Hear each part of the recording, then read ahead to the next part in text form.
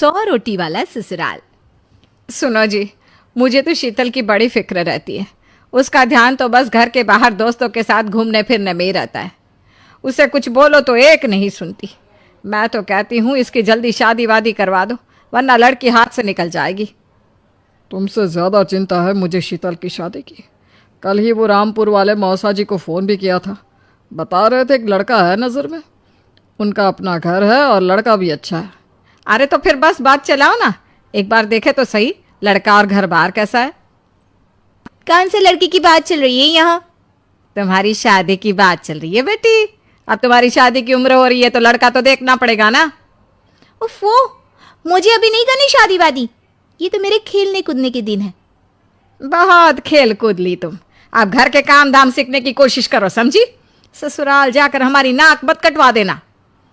सब्जी काटनी तो आती नहीं इसको, तो नाक ही कटवाएगी।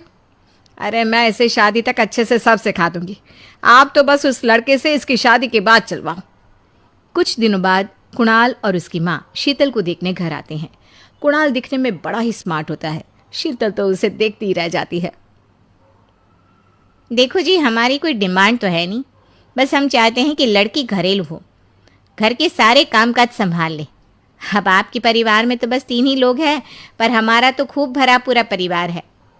बाकी हमें लड़की के घूमने फिरने दोस्तों से मिलने से कोई दिक्कत नहीं है। घर का काम करने के बाद जो चाहे सो करे। अरे वाह, ये तो इतने बढ़िया लोग हैं। लड़का भी इतना स्मार्ट है और ऊपर से इन्हें मेरे घूमने फिरने से भी कोई दिक्कत नहीं है। हे भगवान, तूने तो बिना मांगे ही मुझे सब दे दिया। बताओ जी, और क्या चाहिए हमें? हमारी तरफ से तो रिश्ता पक्का है जी। बस फिर तो हंसी खुशी शीतल और कुणाल की शादी हो जाती है। शीतल मन ही मन बड़ी खुश होती है और उसी खुशी के साथ वो अपने ससुराल में कदम रखती है। आओ बहू, तुम्हारा अपने ससुराल में स्वागत है। ये मिलो अपने परिवार से। ये तुम्हारे ससुर जी, तुम्हारी ननद सुनीता और गीता, सुनीता के पति राजेश और उनके 2 बच्चे राजू और चिंटू। ये ना हमारे साथ यहीं रहते हैं। ये तुम्हारी दादी सास है और बाकी लोग अभी बाहर गए हुए हैं। इतने सारे लोग, ये सब यहीं रहते हैं इस घर में? अरे अभी तो मेरे देवर देवरानी और उनके 3 बच्चे यहाँ नहीं है। उसके मायके में भी शादी थी ना, तो बस वहीं गई है। कल तक आ जाएंगे। हे भगवान, ये घर है या धर्मशाला? ये सब एक साथ इस घर में कैसे रहते हैं? मुझे तो पता ही नहीं था इनका इतना बड़ा परिवार है। अब समझी कि कोई डिमांड क्यों नहीं की इन्होंने। ये सब चाल चले मेरे साथ। अरे बहू, खड़े खड़े क्या सोच रही हो? चलो अपने कमरे में जाकर आराम करो। जी माँ जी।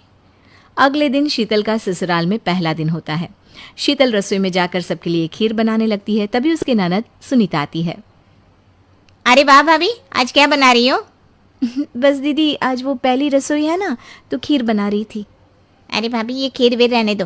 घर में 4 लोगों को शुगर है और कुछ लोग मिठाई नहीं खाते। आप ना सीधा खाना ही बना दो। क्या फ़र्क पड़ता है मीठा बने या नमकीन?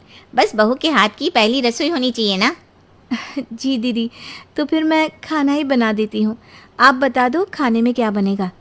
बस सिंपल सी कोई सब्जी बना दो, जैसे आलू गोभी या आलू मटर, और उसके साथ रोटियां सेक दो। हमारे परिवार में अब तुम्हें मिलाकर पूरे 20 लोग हो गए हैं।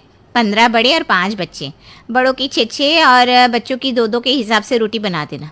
चलो मैं चलती हूँ, सब देख लेना। हाँ, बड़ों की 6 रोटी, मतलब कि 15 लोगों की 90 रोटियाँ, और बच्चों की 2 रोटी, मतलब 5 बच्चों की 10 रोटियाँ।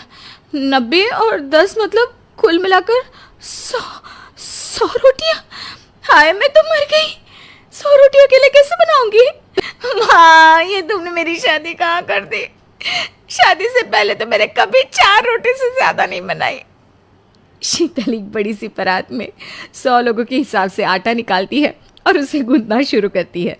आटा गूंथते गूंथते शीतल के पसीने छूट जाते हैं। उसके बाद बारी आती है रोटी बनाने की। शीतल एक एक करके रोटी बनाना शुरू करती है और 10 रोटी बनाते ही अपनी कमर पकड़ लेती है। हाय, मैं मर गई। मेरी कमर टूट गई खड़े खड़े, और ऊपर से इतनी गर्मी। मैं 100 रोटियाँ कैसे बनाऊंगी?